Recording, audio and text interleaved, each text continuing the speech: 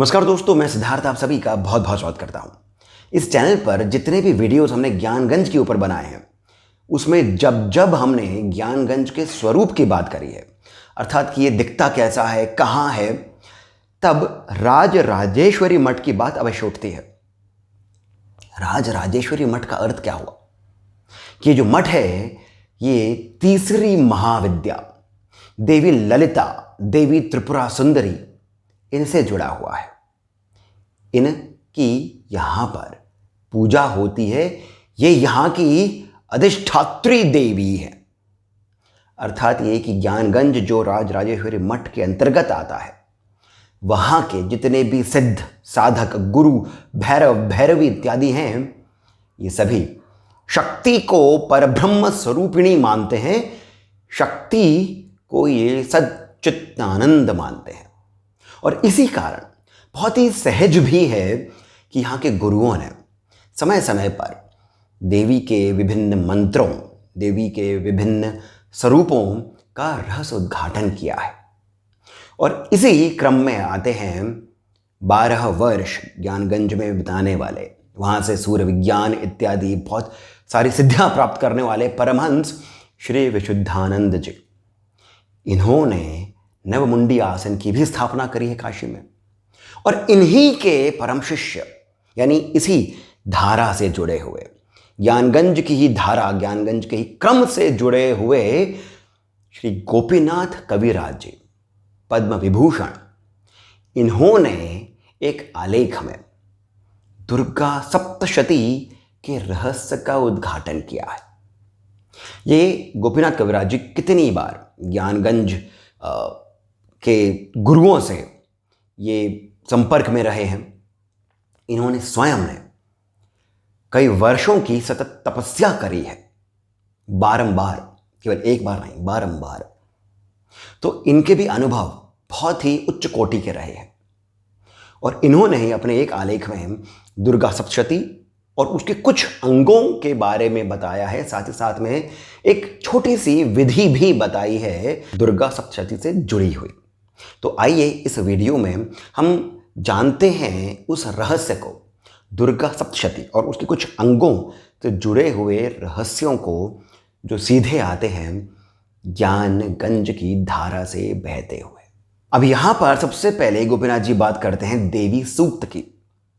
वैसे यदि आप दुर्गा सप्तशती जो गीता प्रेस की है उसको देखेंगे तो कदाचित आपको देवी सूक्त अलग सा नहीं दिखेगा, परंतु ये है देवी अथर्व शीर्ष के अंदर कुछ श्लोक यहाँ से लिए गए हैं। यदि आप इसको अलग से भी पढ़ेंगे तब यहाँ पर गोपीनाथ जी कहते हैं कि ज्ञानगंज के गुरुओं ने जो विधि बताई है उसमें देवी सूक्त का पाठ दुर्गा सप्तशती से पहले करना बहुत ही उपयोगी बताया गया है और साथ ही बहुत ही उपयुक्त भी बताया गया है। अभी उपयुक्त यानी सही होना, इसका क्या अर्थ हुआ? एक तो होता है कि लाभकारी होगा, ठीक है, परंतु इसका पाठ सही भी है, इसका अर्थ क्या है? जब हम देवी सूक्त को पढ़ेंगे तब हम ये जानेंगे कि इसमें देवी स्वयं के बारे में जब बात कर रही हैं तब वे कहती हैं कि मैं सब जीवों में हूँ, मैं ब्रह्मा, विष्णु, रुद्र, इन सभी के जो कार्य हैं वो मेरे ही कारण होते हैं इत्यादि। हमें जो सार समझ में आता है वो ये है कि जो देवी तत्व है उसके अनुसार तो देवी तत्वातीत है। जो काल है तो देवी तो कालातीत है। देवी अरूपा है, निरूपा है, निराकार है। यानी जो देवी का सत्य में जो एक धारणा होती है वो हमें देवी सूक्त के माध्यम से समझ में आएगी। और तभी हम दुर्गा सप्तशती जो रूप और नाम, यानी देवी सूक्त में तो देवी निर्गुणा है, देवी निराकार है, परंतु दुर्गा सप्तशती में तो इनके कुछ चरित्र आते हैं, महालक्ष्मी, महासरस्वती, महाकाली। परंतु ये जो इनके रूप हैं, हम इसका जो सत्य है वो हम समझ पाएंगे यदि हम देवी सूक्त को समझ लेंगे। तो यहीं पर ही गोपीनाथ जी कहते हैं कि देवी जो हैं वो सच्चिदानंद है। यानी इसमें 3 भाग आ गए हैं, सत, चित्त और आनंद। ये परब्रह्म है। परंतु वहीं पर ही 2 और भाग आते हैं, रूप और नाम।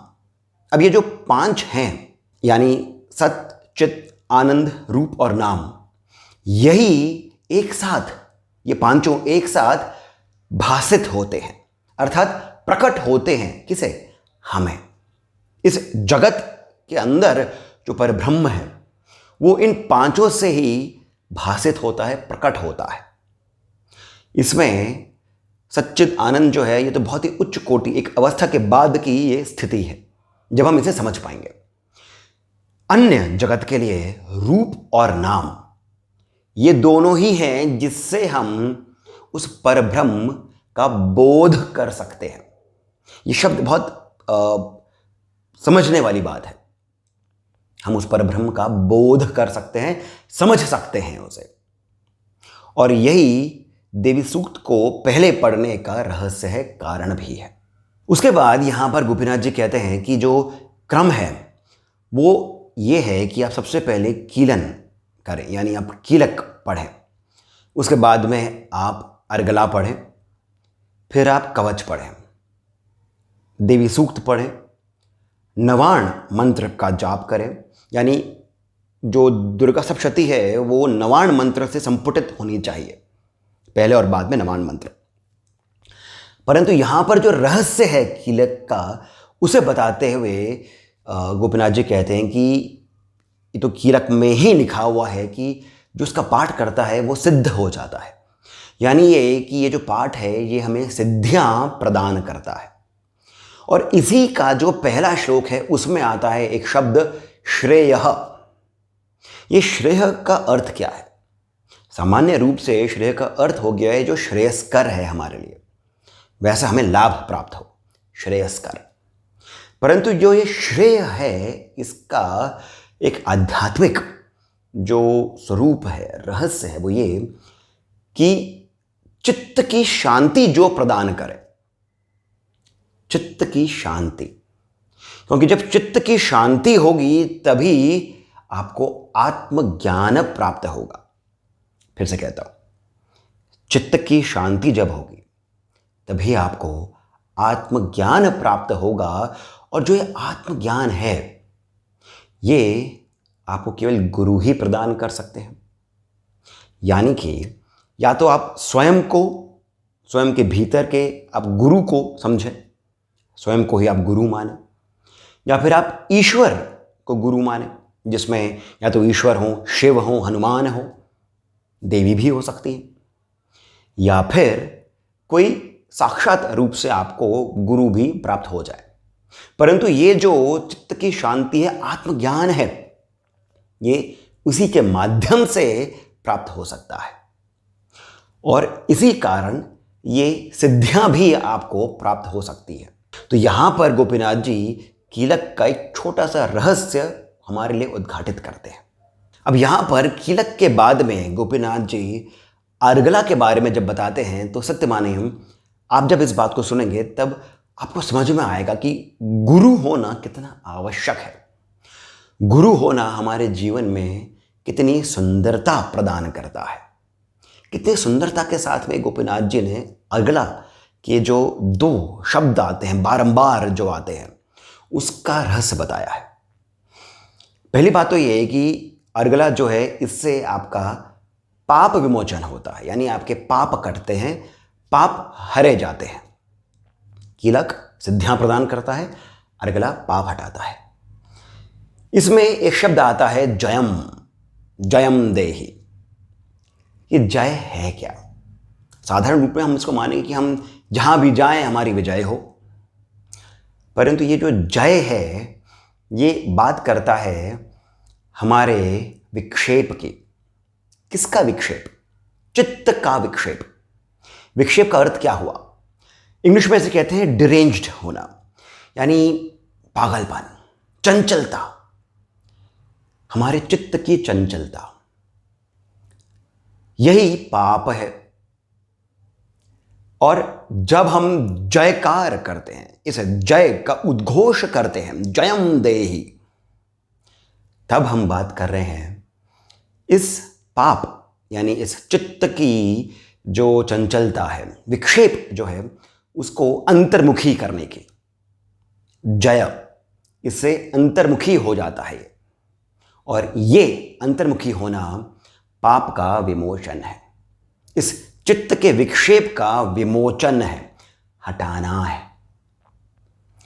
तो ये जय का रहस्य है, जयम देहि। बार बार हम कह रहे हैं जयम देहि, यानी हमारे चित्त की जो चंचलता है आप उसे हटाइए।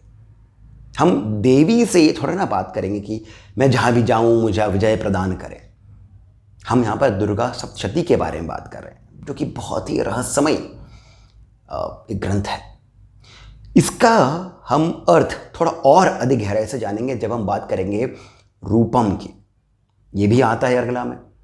अब रूपम का अर्थ क्या हुआ कि आप हमें सुंदरता प्रदान करें, रूप प्रदान करें? नहीं, रूपम जो है इसका अर्थ ये है कि हम परब्रह्म को, या फिर जैसे हम बात करते हैं किसी को भी हम देखते हैं इस संसार में, तब हम उसको जानते हैं उसके रूप के कारण। हमारे माता पिता हैं, भाई बंधु हैं, हम उन्हें जानते हैं उनके रूप के कारण। परंतु जब हम बात करते हैं परब्रह्म की, तुम परब्रह्म को किस रूप से जानेंगे? तो यहां पर रूप क्या है? यहां पर रूप का अर्थ है ज्ञान।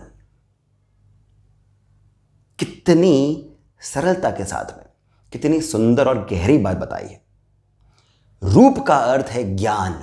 जब हमें ज्ञान प्राप्त होगा तब हम परब्रह्म का साक्षात दर्शन प्राप्त कर पाएंगे। और यही बारंबार अर्गला में आता है, रूपम देहि, जयम देहि। कितना गहरा है अर्गला स्तोत्र, यहां पर गोपीनाथ जी हमें बताते हैं। और इसी कारण यहां पर बात होती है षड्रिपु की। षड्रिपु का अर्थ क्या हो गया? हमारे जो 6 जो हमारे पाप हैं, काम क्रोध लोभ मोह इत्यादि, इन सब का काटना, इन सबको काटना ही जो है यही अर्गला स्तोत्र करता है। यहीं पर ही आते हैं मधु कैटभ, महिषासुर, शुंभ निशुंभ और अन्य सभी राक्षस। ये सभी हमारे स्वयं के भीतर के पाप हैं, काम क्रोध लोभ मोह इत्यादि। अगला स्तोत्र उसी के ऊपर जय की बात करता है, उसे अंतर्मुखी करके। और फिर उसके बाद में बात आती है, जब हमने उसे अंतर्मुखी कर लिया है तो रूपम की बात आती है कि अब हमें आप ज्ञान प्रदान करें। अब यहीं पर ही दुर्गा सप्तशती पाठ का एक और अंग आता है कवच। कवच हमें अंदर से और बाहर से दोनों से ही हमारे को रक्षा प्रदान करता है। परंतु यहाँ पर गोपीनाथ जी एक रहस्य बताते हैं कि जो योगी हैं वे किस प्रकार से अपने शरीर की और मन की रक्षा करते हैं। तो वे प्राणों पर, अपने प्राणवायु पर जो उनका नियंत्रण होता है, उससे इस प्राणवायु को प्रवाहित करते हैं अपने शरीर के अलग अलग अंगों में। और इसी को न्यास कहा गया है योग की भाषा में। अंग न्यास, न्यास करना, बिठाना। तो प्राण को हम अलग अलग अपने शरीर के अंगों में बिठा जब देते हैं तब आपका शरीर बलिष्ठ हो जाता है और आपको मनोशक्ति भी प्राप्त होती है। तंत्र में इसे ही हम करते हैं बोध शक्ति के साथ। अब ध्यान करिए, इस वीडियो के आरंभ में मैंने बात करी थी, जब हम देवी सूक्त की बात कर रहे थे तो बोध की, रूप के बारे में। तो जब हम कवच का पाठ करते हैं तब हम विभिन्न देवी के रूपों के बारे में बात करते हैं और फिर हम उसे बोध शक्ति के माध्यम से मात्र शक्ति मान करके, मात्र स्वरूपा मान करके अपने शरीर के अंदर हम उन्हें बिठाते हैं।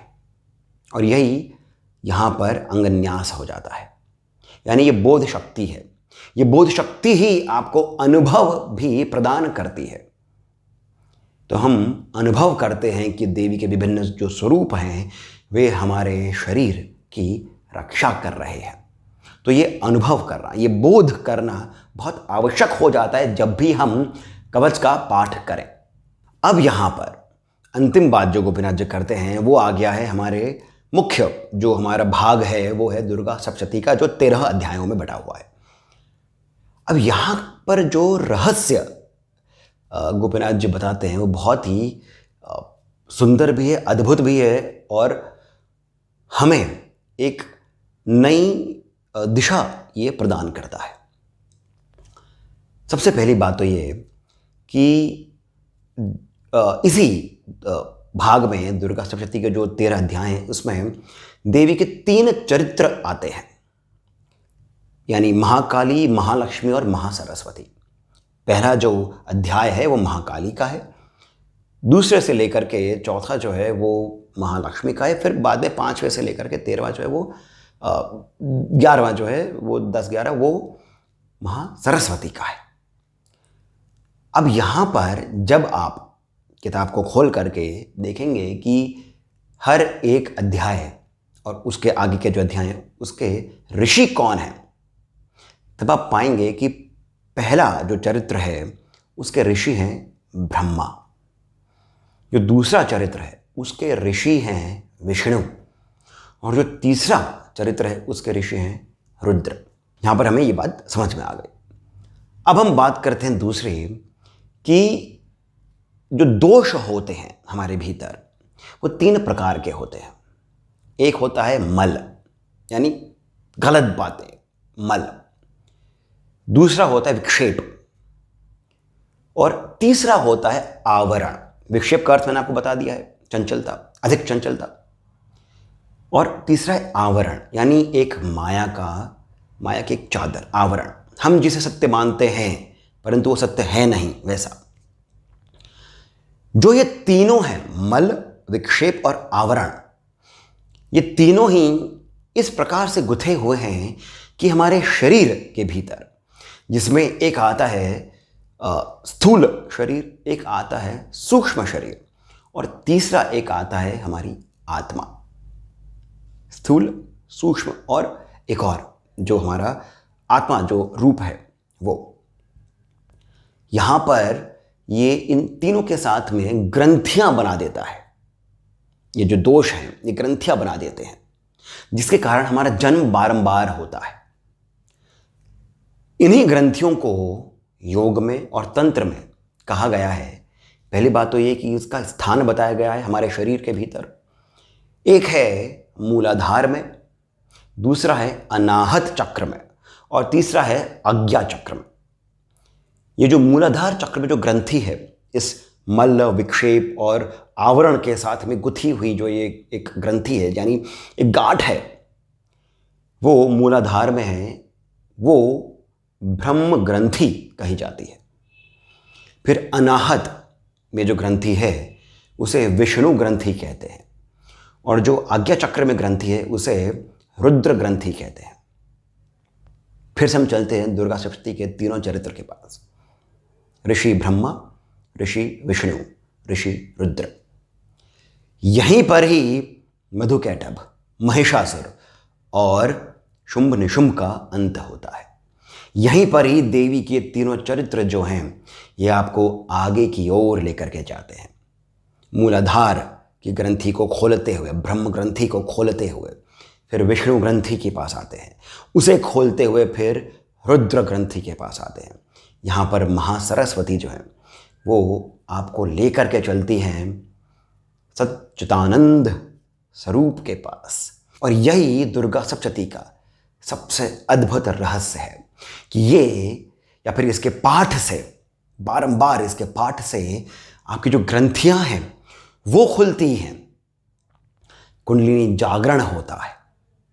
ये आपको बार बार के जन्म का जो क्रम है उससे भी मुक्त करता है।